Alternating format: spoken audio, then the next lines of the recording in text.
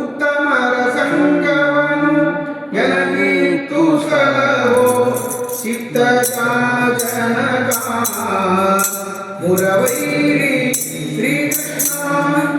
ನೋಡಿ, ಅಂತಹ ಕೃಷ್ಣನ ಉಪಾಸಕರು ಶ್ರೀಪಾದರಾಜರ ಮಹಾನುಭಾವರು ಅವರಂತಾರೆ, ನನಗೇನು ಬೇಡ ಸ್ವಾಮಿ, ಉತ್ತಮರ ಸಂಘವನ್ನು ಎನಗಿತ್ತು ಸಲಹೋ. ಅಖಂಡವಾಗಿ